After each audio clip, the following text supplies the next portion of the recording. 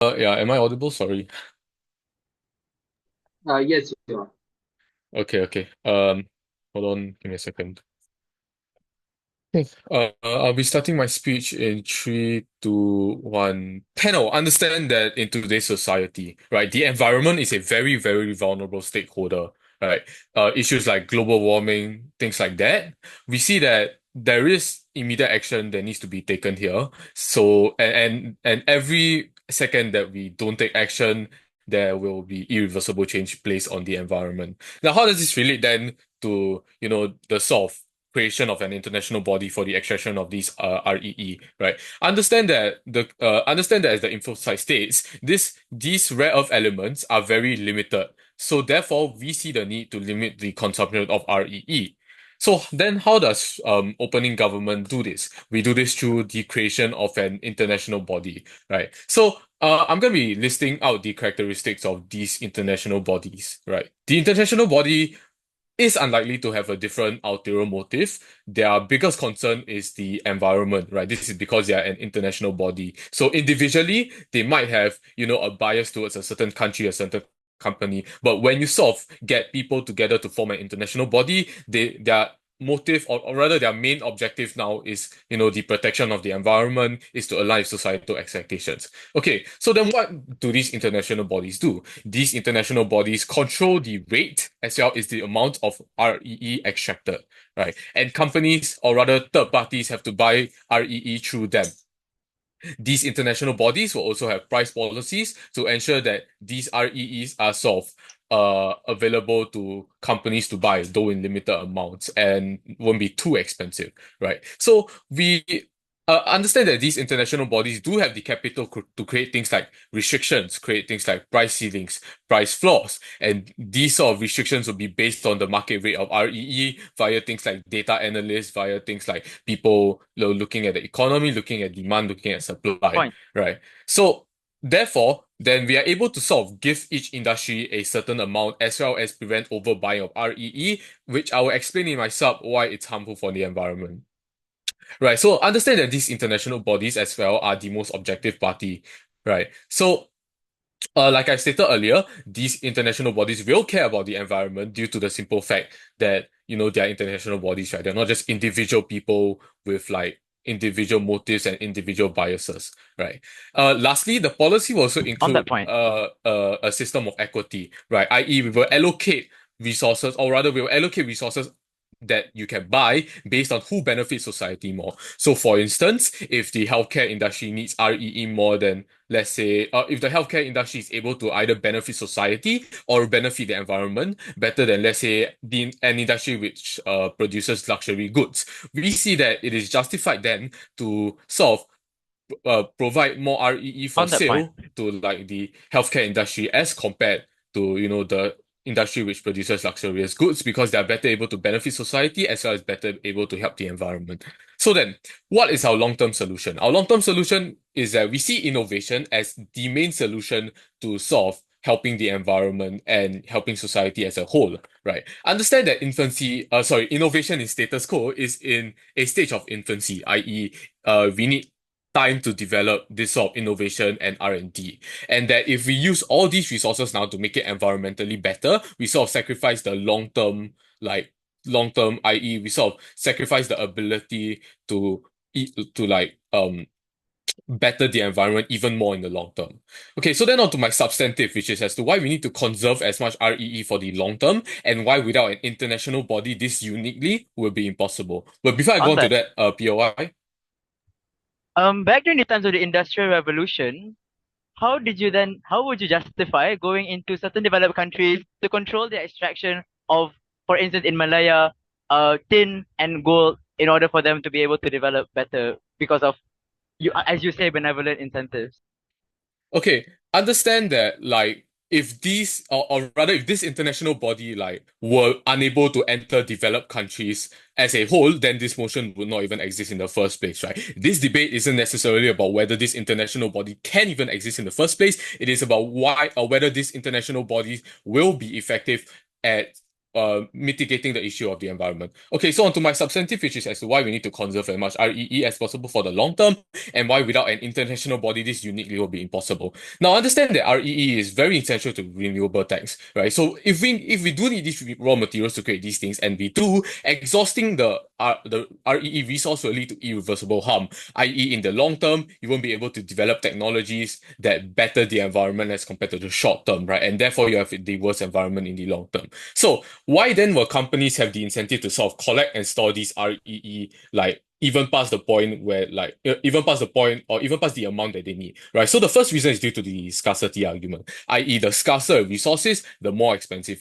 it is, right? So because of this core concept, there will be sort of this corporate buy-in where the corporation or the company tries to make the most amount of REE theirs, i.e., buying the most amount of REE, right? So then, therefore, what happens then is that they now have the incentive to use up or buy even more REE for bigger market shares, i.e., they own more of this REE, right? And so, therefore, they are more likely to consume more than sustainable and necessary to support like what they are producing, whether that be like luxurious goods or whatnot. Right. And we see that it's very unlikely that after they buy these materials that they will save them. Why is this the case? Because of the simple concept of investors, right? These investors are sort of short-term incentivized, i.e. they sort of want profits, like they prioritize short-term profits over like long-term profits, right? So they see that and so therefore because of the pressure from these investors, the company will want to make as most profit as possible in the short term because they don't want these investors to pull out of these companies. So you need this sort of constant flow and constant push of support.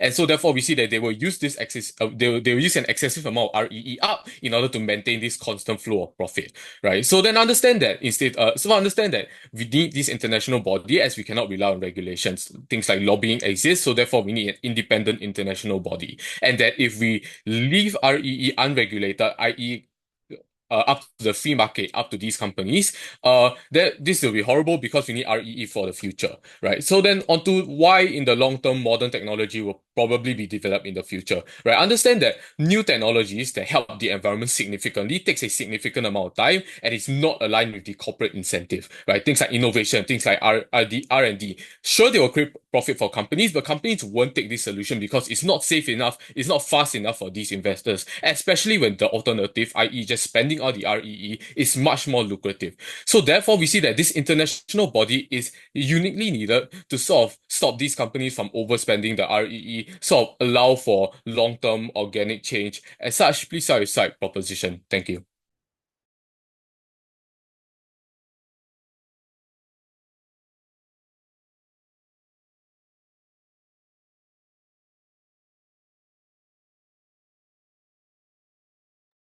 I would like to thank the Prime Minister for the fine speech. With that, I would like to invite the Leader of Opposition for their speech. Share.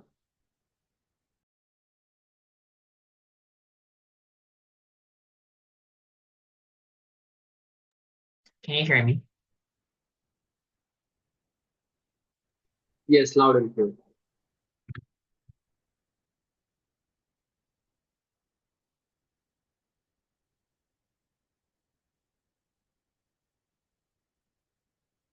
All right, I'll take PYs in chat.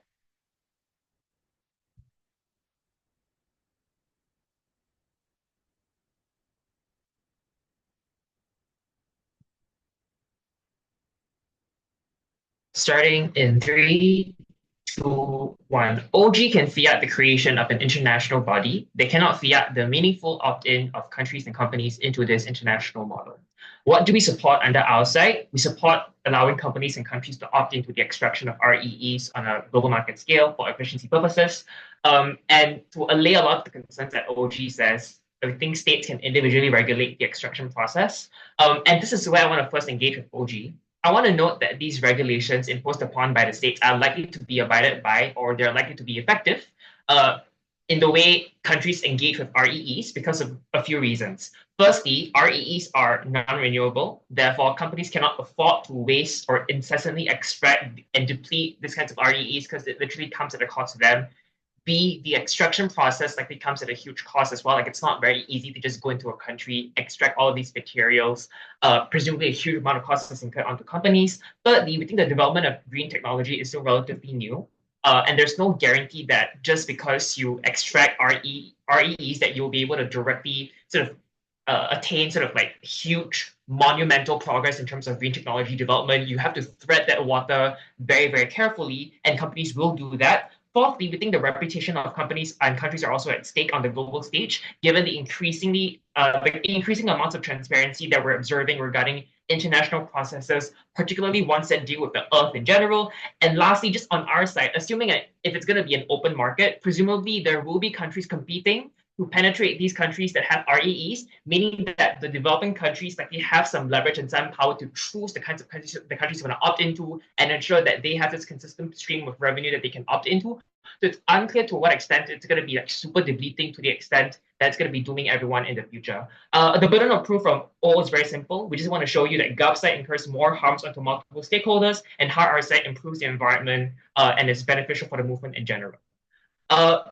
Yeah, I have two arguments. One, how the creation of this international body reduces efficiency, and number two, how RSET benefits the environment movement on a larger scale. Just one more response to OG before I go on. I think on the issue of like objectivity of the international body, I would say this is likely false because the way in which this body operates, it's still likely going to be dominated by first world countries that have the unique capacity to go into these countries with REEs and extract minerals. So it's likely going to be dominated by first world countries anyway. Like just because you have smaller countries within that international body doesn't mean that you guarantee that same level of access. We think that access is likely tokenistic on their side to begin with. Before I go into argumentations, yes, I'll take that POI. What do you think is the likelihood of companies to stockpile raw materials given the fact that they will get more expensive in the future?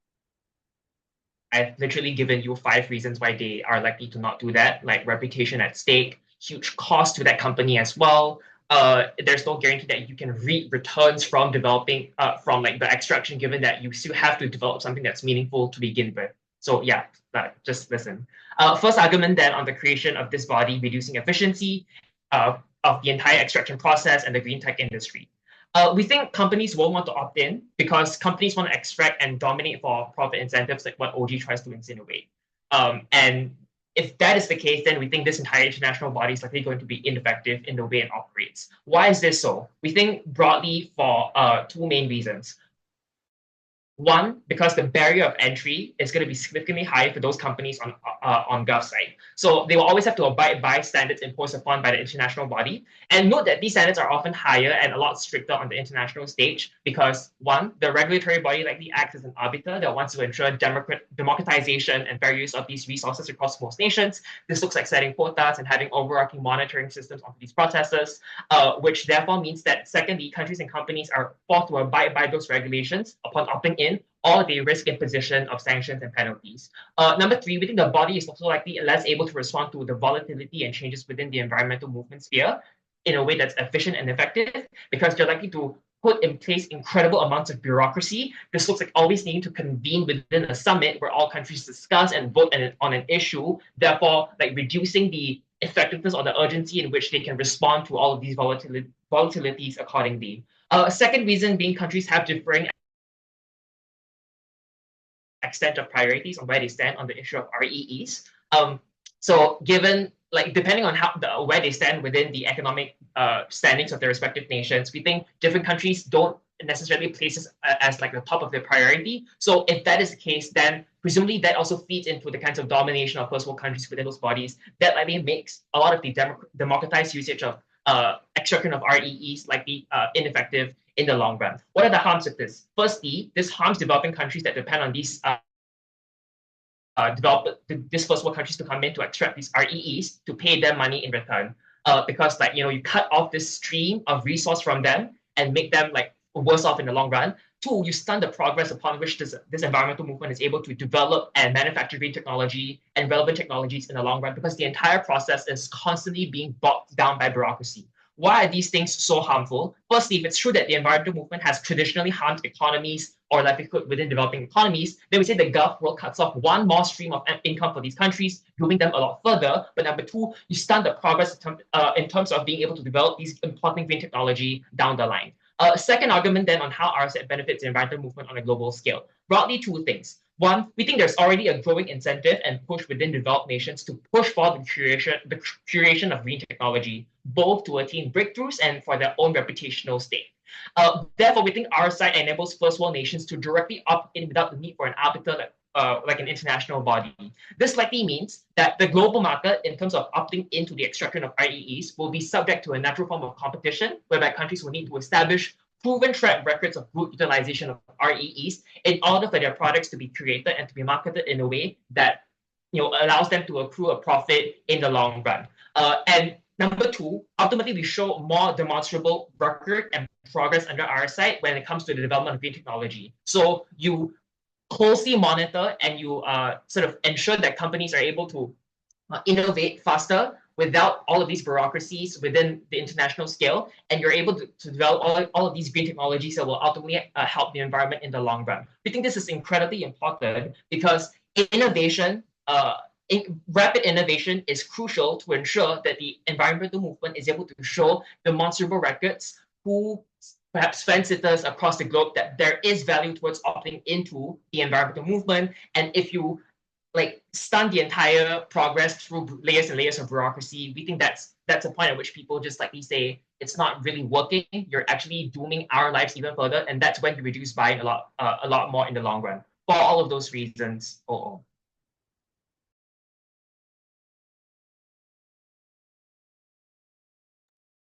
would like to thank the Leader of Opposition for the fine speech. With that, I would like to invite the Deputy Prime Minister for their speech here.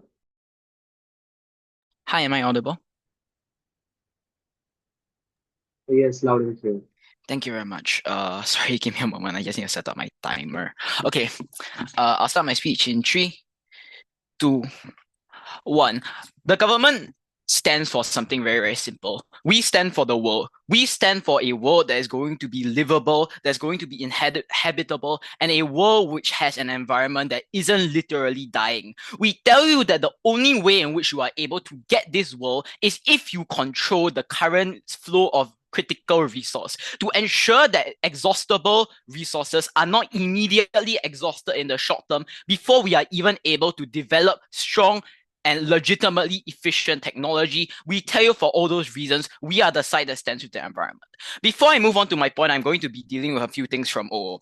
Okay, the first thing is this main point that they want to push against us, which is this idea that companies will not in fact stockpile, and because of the fact that essentially there's some amount of problems with their profit incentive and whatnot. I'm going to be dealing with these points in general categories. So the first idea that they bring up to us is this idea that there's going to be some level of corporate backlash or backlash against corporations should they buy up large amounts of REEs. We tell you that this is probably just simply going to be, even if, okay, so simply put, this is probably going to be untrue because insofar as companies have a large amount of control over things like media narratives and whatnot, they're probably going to be able to push certain opposing media narratives and explain how exactly in the short term they're able to save I don't know how much in terms of carbon emissions, for example, if they develop electric vehicles in the short term, and therefore you're probably going to get an opposing narrative being pushed by these companies. So there's probably not going to be that backlash. But we tell you, even if there's going to be some level of backlash, we tell you companies are probably fine with this, given the fact that it's going to be highly profitable for them. Which brings me to my second point, which is the part where they dispute us on whether or not it's going to be profitable for companies to legitimately invest into these sorts of things.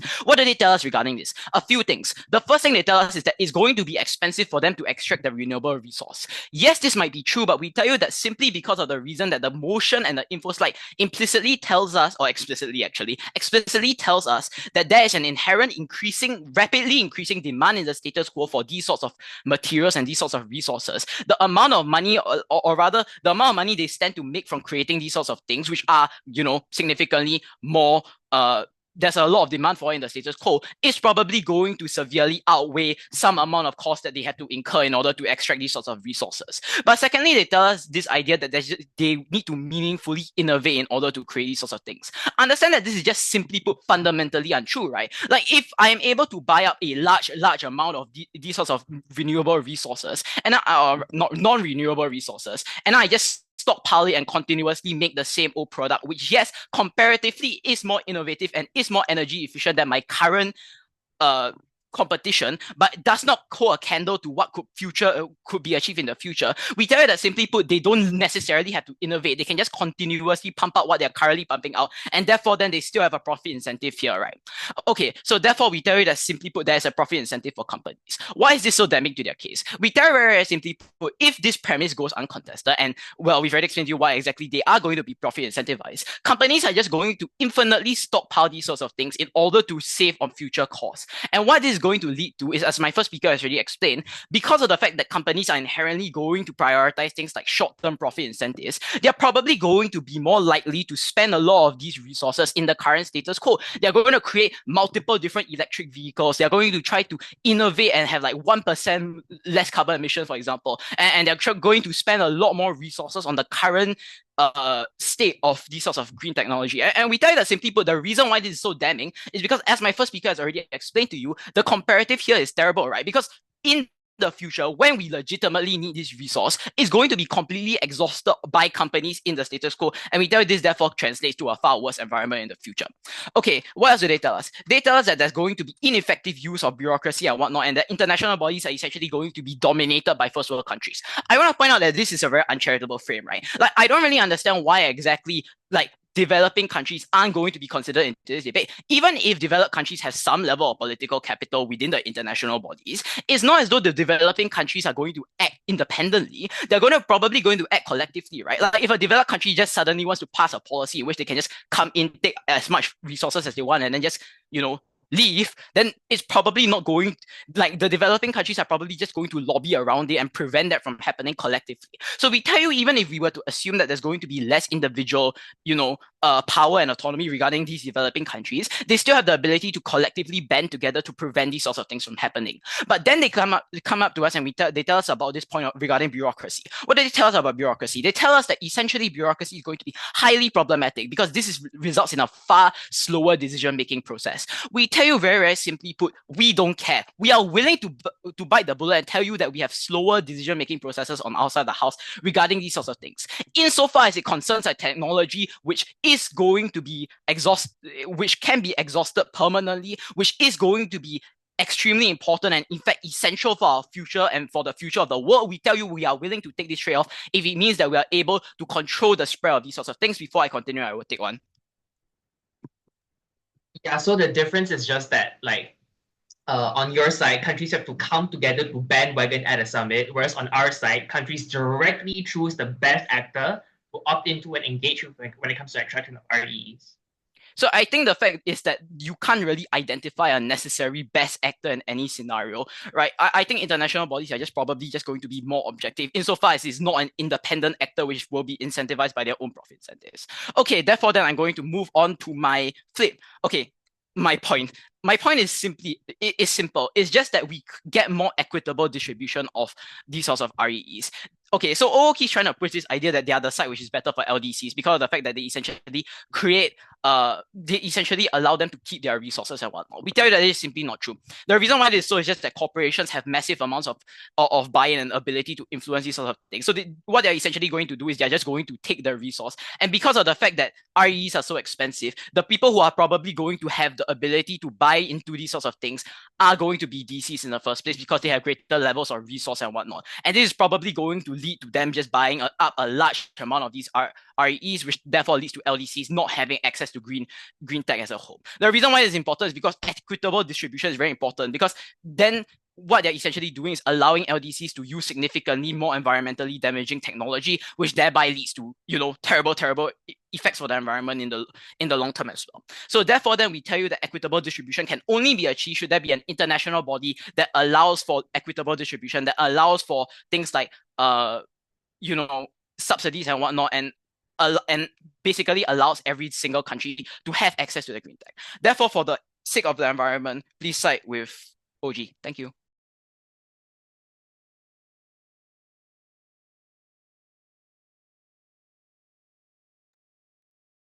I would like to thank the Deputy Prime Minister for the fine speech. With that, I would like to invite the Deputy Leader of Opposition for their speech here. Cool. Am I audible? Loud and clear. Cool. Give me a moment.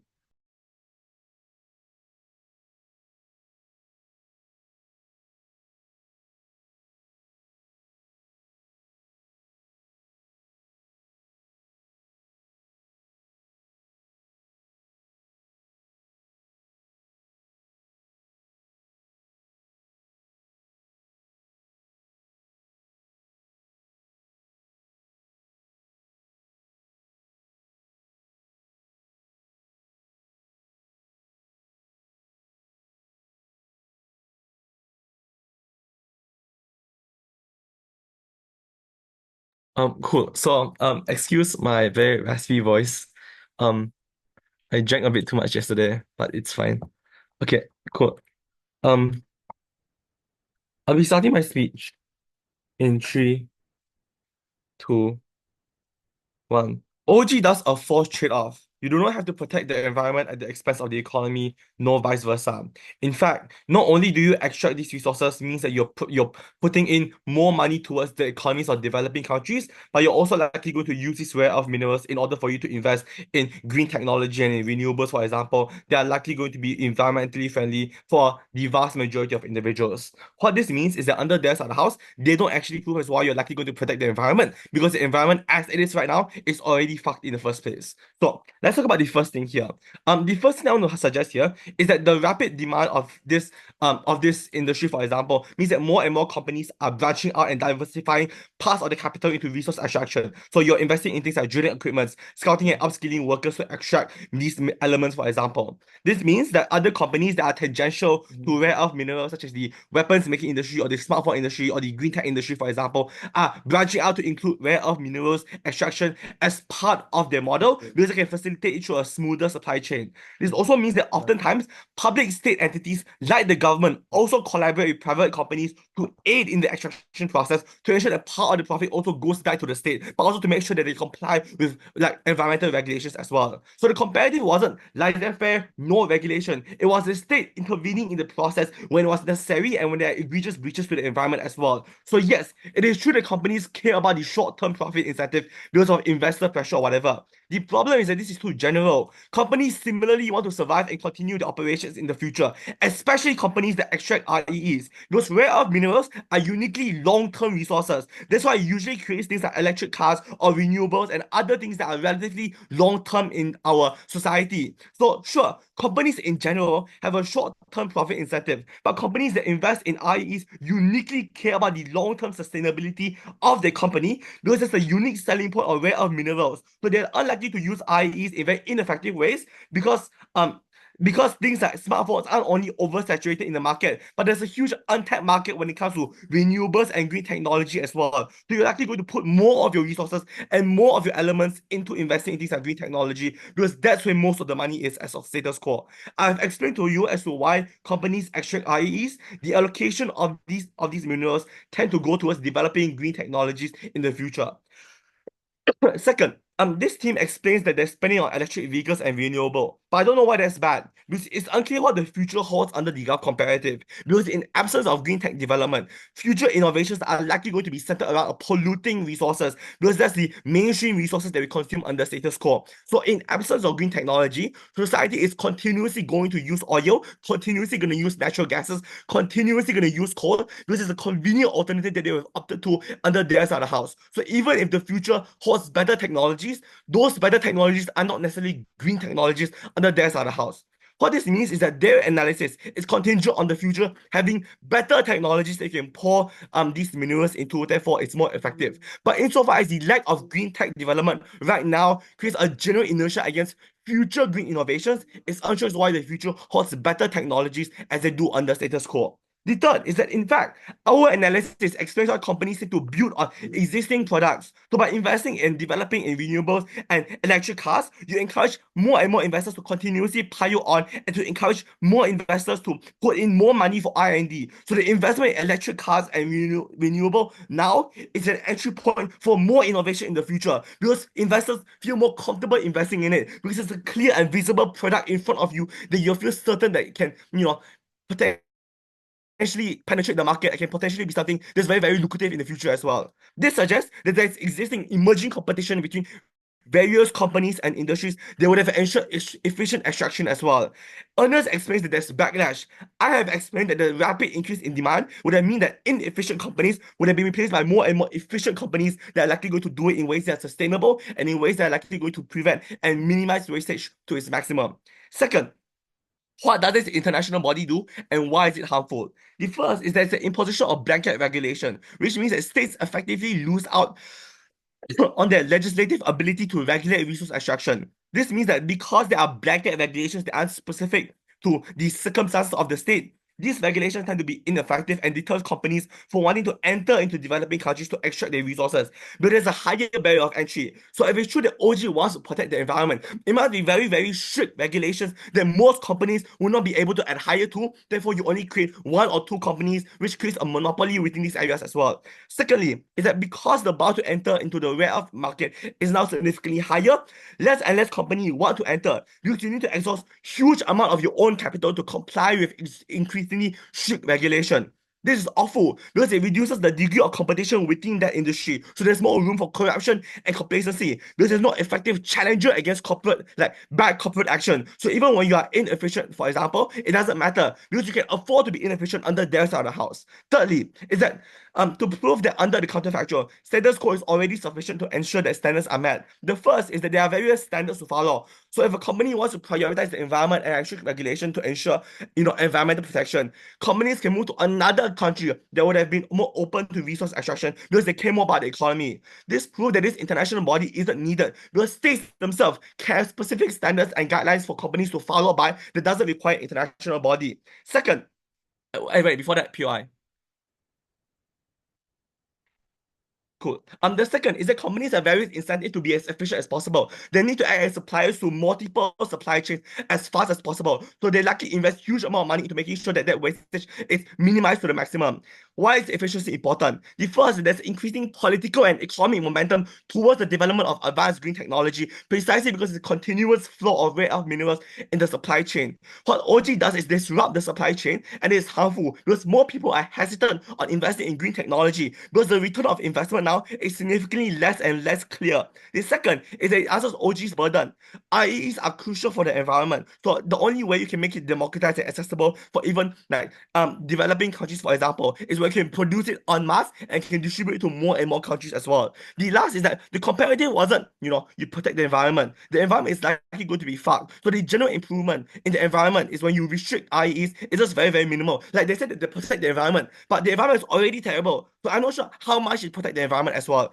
So it's even worse under their side of the house. Because when there's no IEs, when there's no electric cars, for example, people default to normal cars, people default to oil, people default to coal, people default to natural gases, because there's a convenient alternative that they could have opted to because it's cheaper as well. So under their side of the house, they don't protect the environment. In fact, they entrench more and more people to continuously rely on non-renewable because that was the cheapest alternative that they could have offered under the comparative.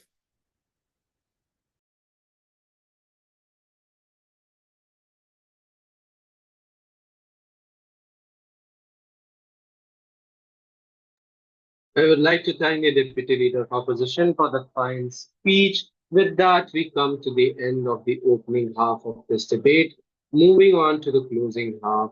But before that, again, we would highly appreciate POIs. Please take as many as you can and show engagement. And yes, with that said, inviting a member of government from closing government. Here. Hello, can you hear me? Yes.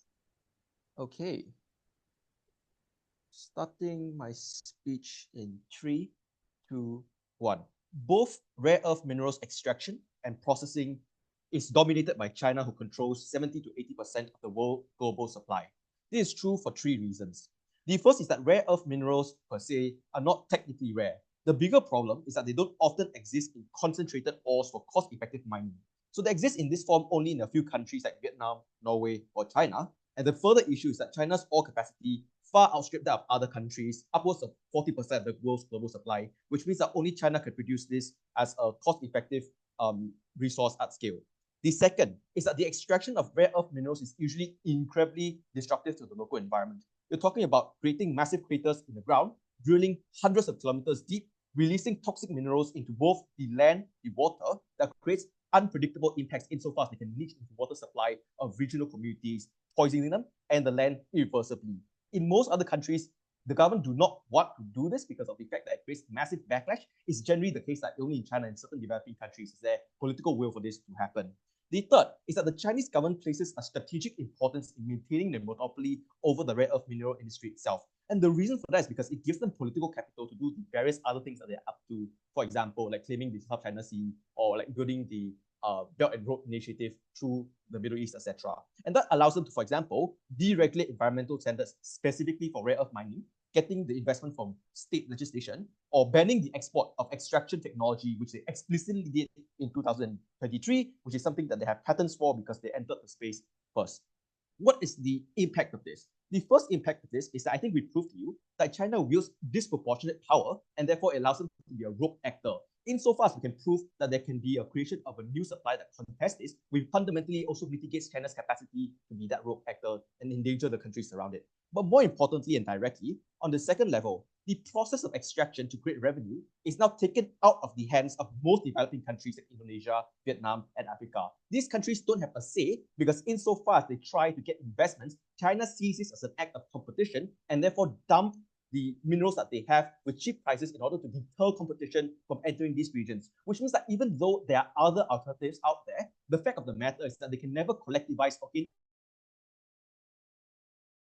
enough traction with investors to become a reliable source for revenue in the very first place. Why is this premise extremely important? I want to note that OG does not prove why the international body that they create will have a lot of opt-in from other countries, nor is it the case that they can prove that this actor will behave in a benevolent manner. The context of China that we provided is vital in proving this for a couple of reasons that also respond to the critique coming out from opening opposition.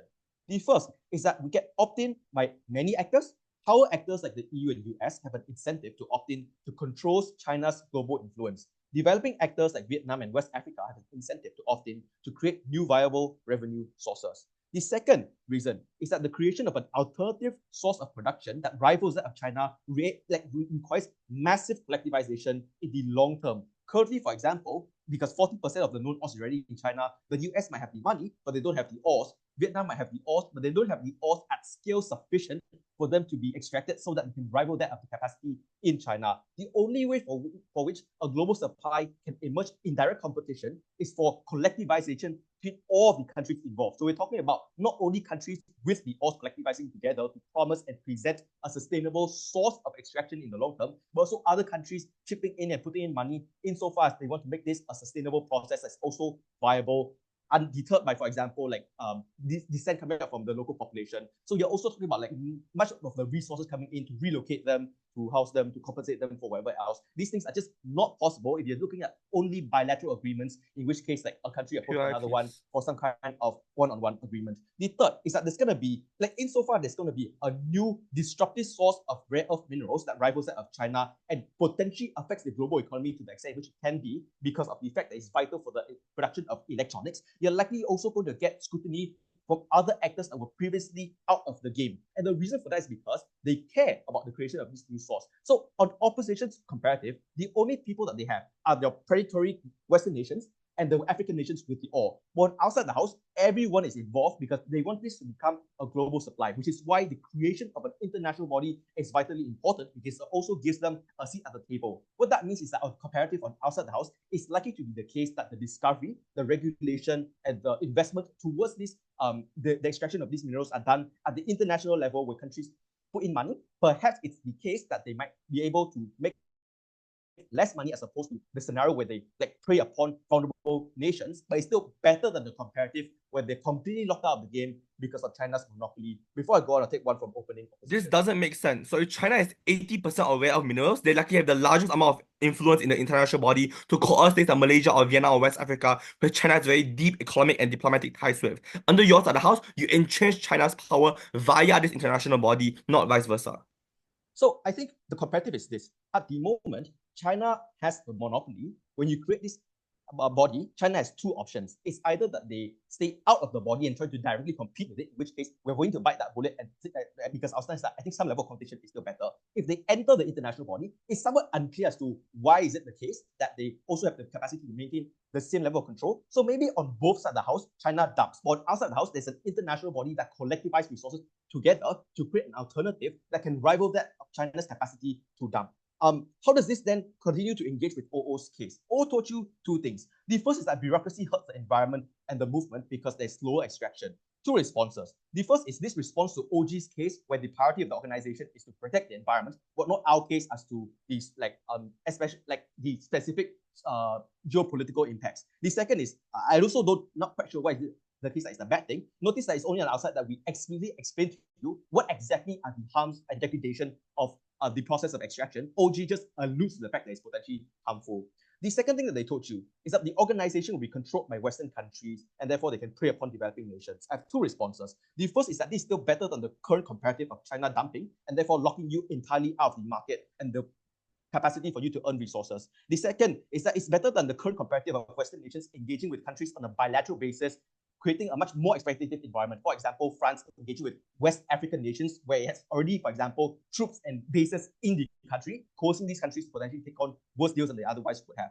At this point, I also want to note that the tipping point as to whether is it the case that we postpone green tech is likely the tipping point by which a stable supply can be created. If it's the case that at the moment, the global supply is controlled by only one actor that can jack up or down the price, it's unlikely to be the case that you can get a lot of investment into the sphere because the prospect of making money is uncertain. On our side of the house, we make that a much more viable commercial viability. For all these reasons, please start with closing government.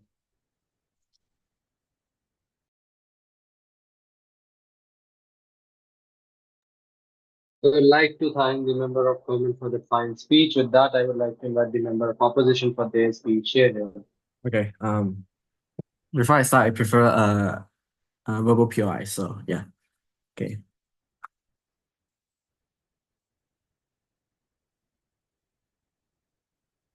Right.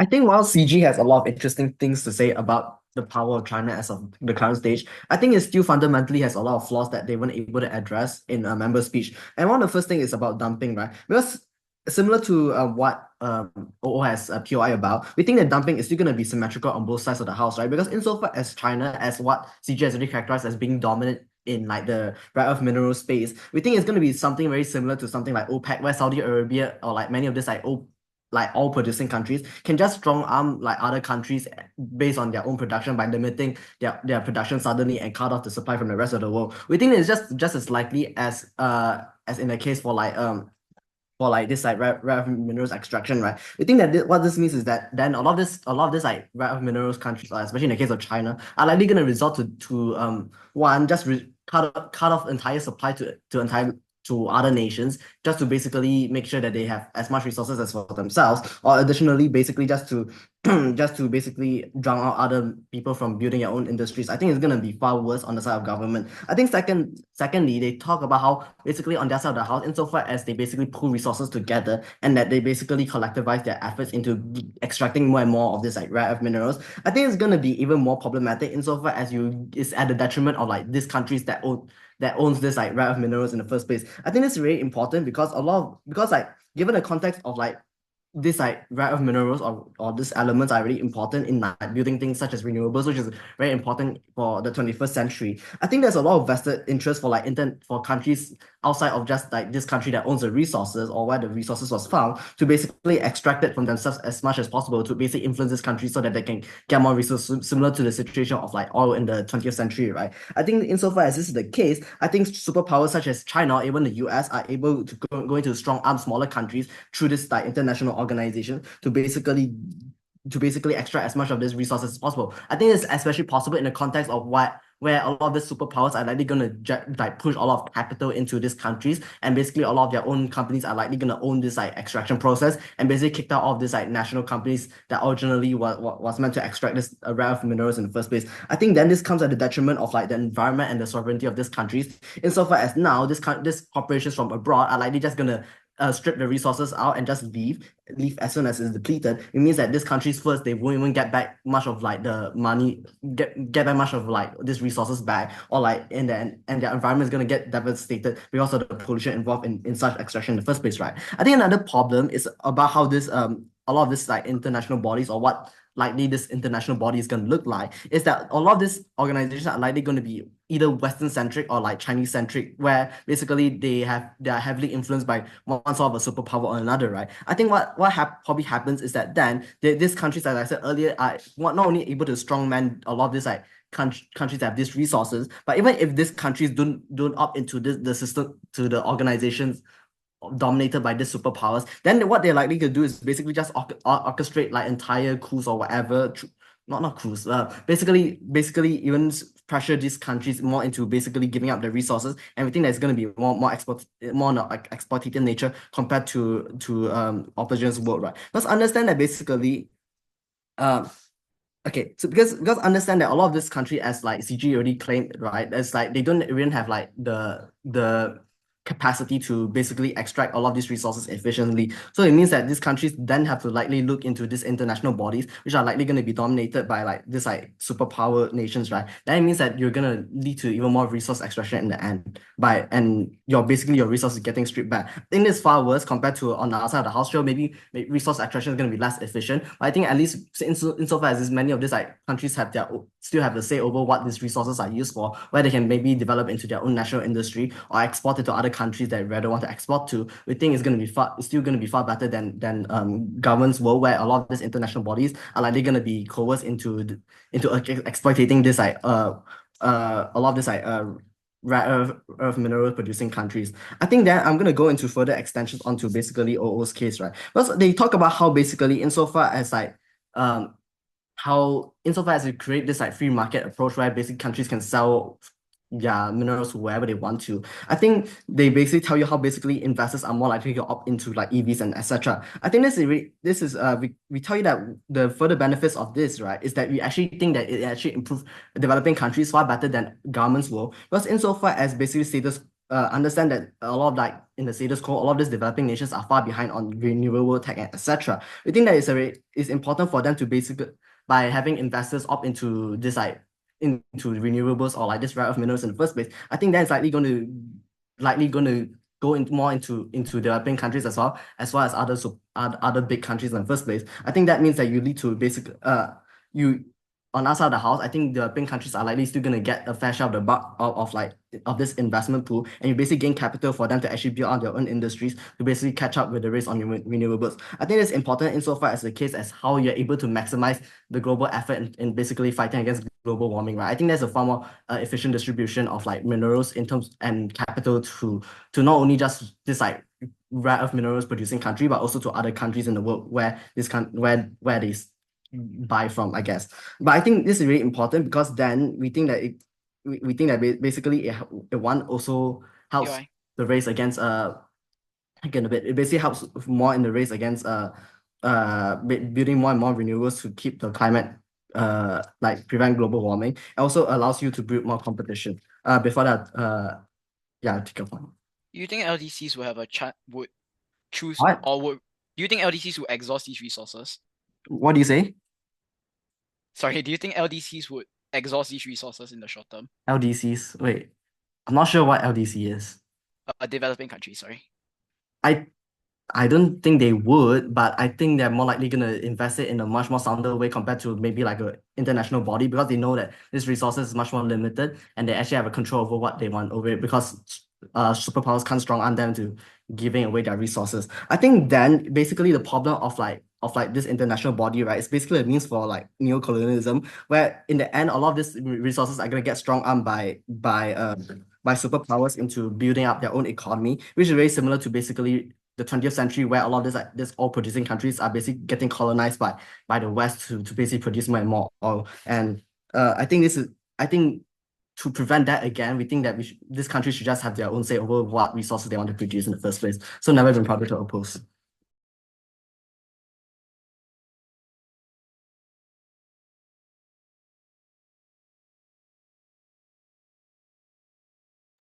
Would like to thank the member of opposition for the fine speech. With that, I would like to invite Gavit for their speech. Sharing.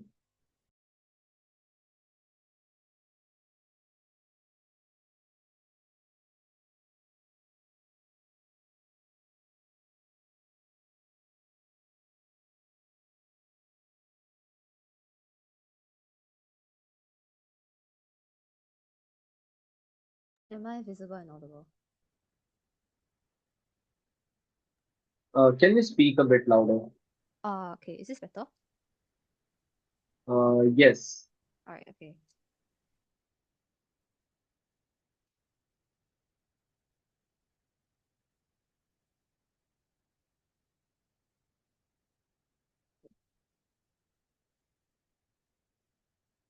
Um, I'll begin my speech in 3, 2, 1.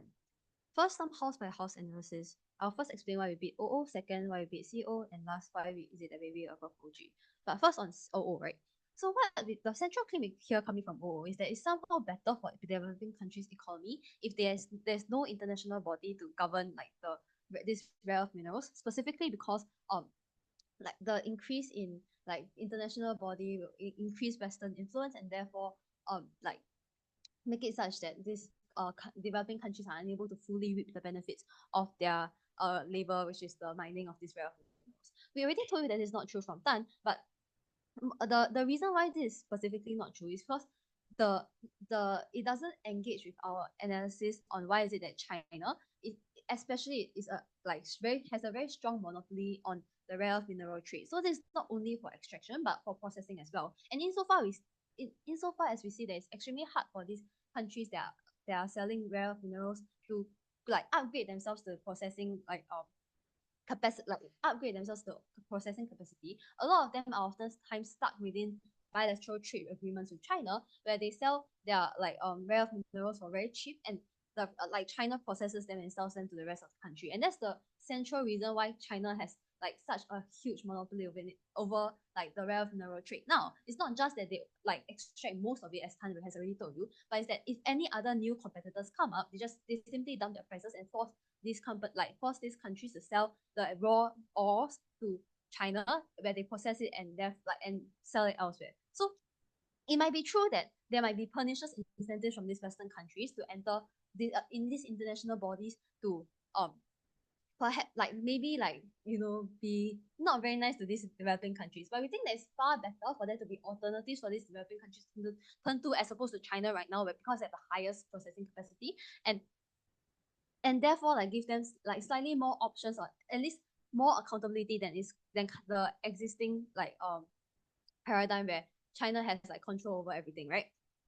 We think that not only that and here Your eye, is where the please. no thank you here is where OO's argument about bureaucracy comes in, because they claim that because there are going to be so many actors within this international body, there's going to be significant decrease in efficiency due to bureaucratic measures, and therefore this will like fuck over these like developing countries and their economies. We think that this is not true for a few reasons. First, like as much as these international bodies will like prioritize regulations, we don't think that they'll prioritize regulations to the extent of like slowing down bureaucracy so much, because as OO themselves claim, these companies really want to maximize efficiency in order to get those rare earth minerals because they're so important for the like business. Which is to say that all of these countries all have the same interest of extracting like some amount of like rare earth mineral, but they probably want to do so without damaging the environment too much. And here is where the accountability comes in, because we recognize that there are certain countries that care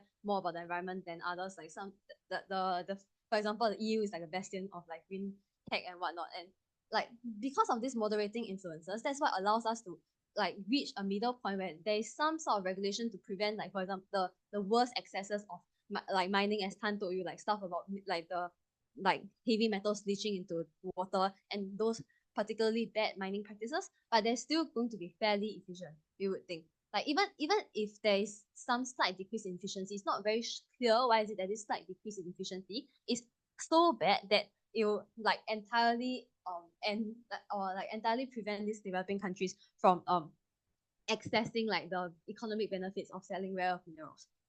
The last thing to stay with regarding to OO is to say that a lot of their material about like there being the green tech being extremely important to be developed as soon as possible is also like essentially their attempt to symmetrize the debate about the environment and how it's likely to be fucked on both sides, but we need like green tech right now in order to improve the lives of people by not using oil. We think that that's not true, right? Because surely if you are fucking over the environment and causing these toxic minerals to leach out to locals who have who are very vulnerable, who probably have no other ability to move out of this area that they were born in, surely that's like a worse outcome than if some people continue to use some oil vehicles for like what to a few years longer than they may have if like I don't know, these mines are operating at max efficiency. Because we already told you about how this oftentimes these damages are irreversible. You cannot get up like these toxic minerals out of the ground very easily.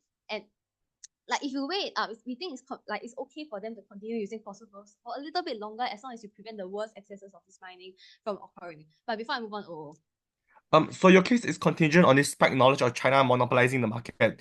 Dan just messaged me and said this was a lie. Can you give me actual reasons why China dominates the rare earth industry and why is it so bad if companies, even within China, see as an incentive to extract and distribute efficiently as possible? It doesn't take down our case on efficiency okay, sure. and on distribution.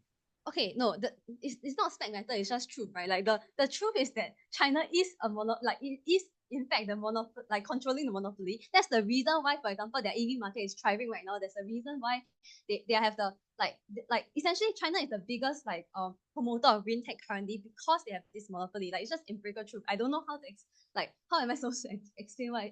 And the reason why this is true is probably because of their focus on green tech, and they essentially had the first movers advantage to like monopolize this market before anyone else did. They probably also had the unique advantage of there being like more rare earth minerals within their own country that allowed them to extract it first. Like we think that those are like fairly inherent reasons that Tana has already told you. But more important, okay. But now that I'm done with weighing out against OO, let me weigh out against CO. The CO claim from here is to say that like these regulatory bodies are likely going to infringe on the sovereignty of these countries, and therefore like it's bad.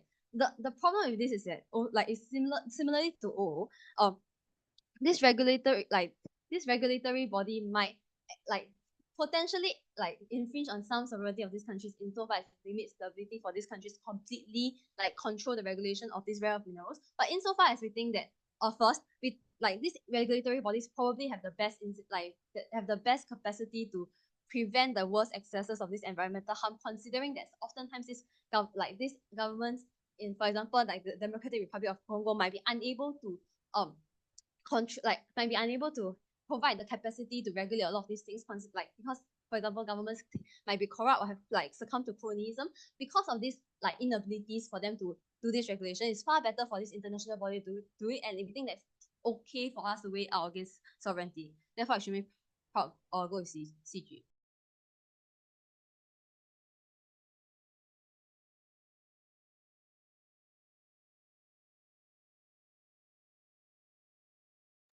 I would like to thank the closing government for the fine speech, and with that, I would like to invite the closing opposition off with for their speech.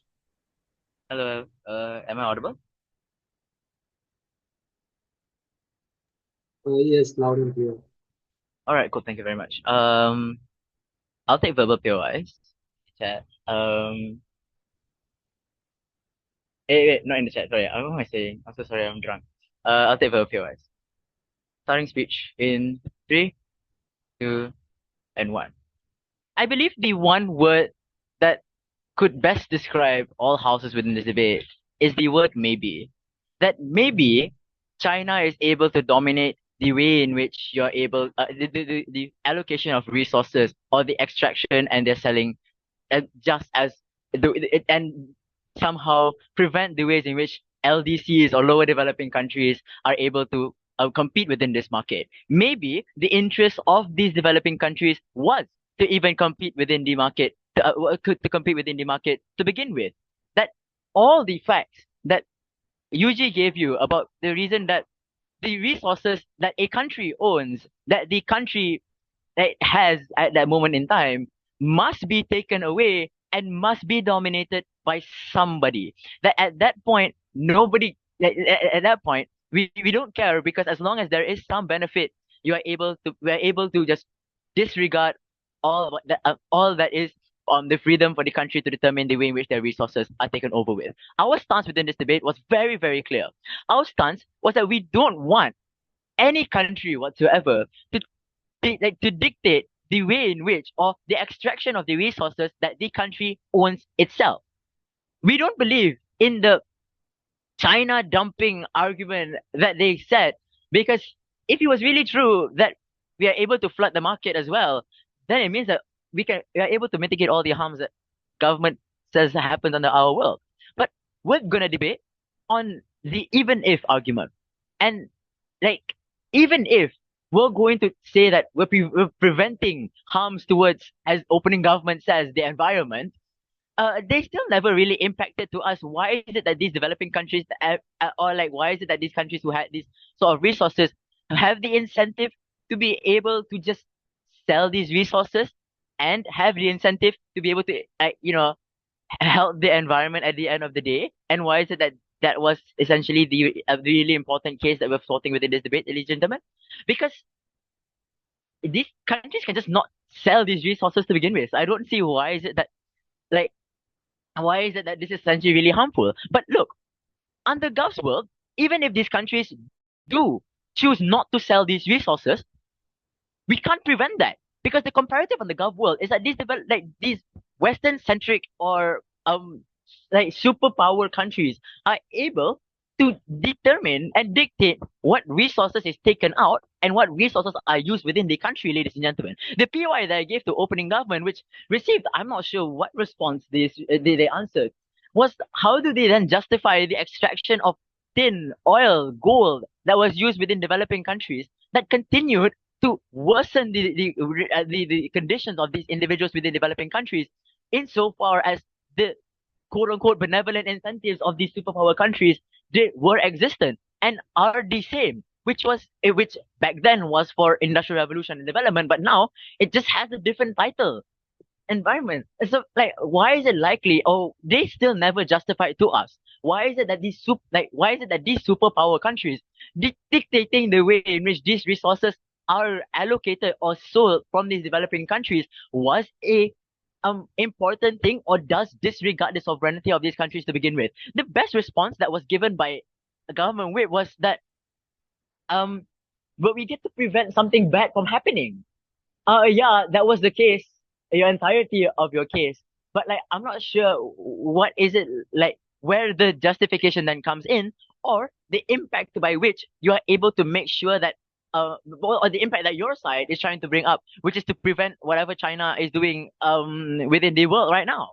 That you're not able to compete within the market. But then this was also contingent upon the assertion that maybe these countries were actually interested in competing within the market. That maybe their main interest was to produce these like environmentally friendly or electrical vehicles, so and so forth. Because we still do not understand, or it was not characterized, what the country's interests were, and especially towards developing countries, because they are likely to be the ones that are likely to be more vulnerable, and we have to talk about them most. If these developed countries really had the resources and wanted to invest, or wanted to invest within, like, electrical vehicles or whatever the emotion kind of says, like, I get it, do it, bro. But like, why is it that you have to make sure, or when you find these RAEs within other countries, that was very, very important, then, ladies and gentlemen. So, insofar as that question wasn't answered within this debate, we win, right? We win. What did UJ then tell you under our world? We need to weigh in. Why is it that sovereignty is at utmost importance then towards towards these countries? And let's take it at our worst case. What if our developing country like leaders are just are idiots? It's also not to assume that US or China aren't made up of a bunch of idiots as well. Like, and it's way worse because they justify the acts that they do by going into these countries and saying that just because we have more power, or just because we have more influence, therefore you should listen to us in the way in which your resources should work. It kind of just makes it way worse when it comes to benevolent incentives, and how is it likely that's going to happen? You can fiat that these countries have benevolent incentives. You cannot fiat that this is the justification by which you want to or the maybe that you think that was likely to happen, that you're willing to take the risk. We see under our world, let's say these developing countries do have really, really dumb leaders in the end. I don't understand what the impact here was from closing government saying that these leaders are likely to be dumb. Because we feel as though if they were really that harmful, or if this harm really was horrifying, we believe that if they are, if the citizens are aware of the way in which this is likely to happen, then then voters are likely to just not allow these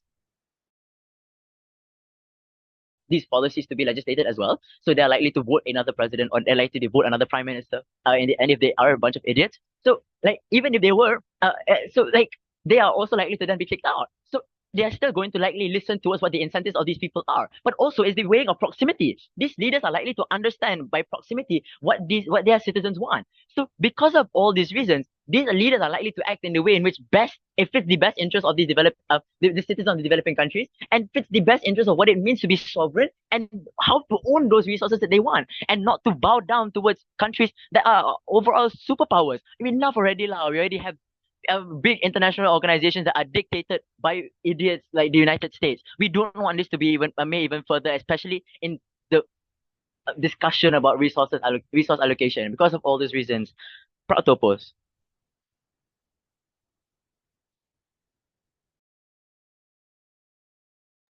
I would like to thank the opposition group for the fine speech. I'll take anywhere from 7 to 15 minutes to prepare my OA.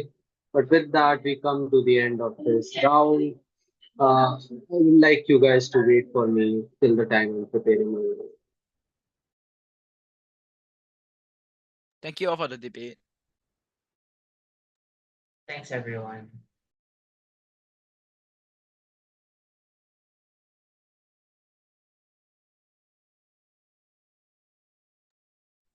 Thank you for the debate, guys. You guys are Thanks, y'all.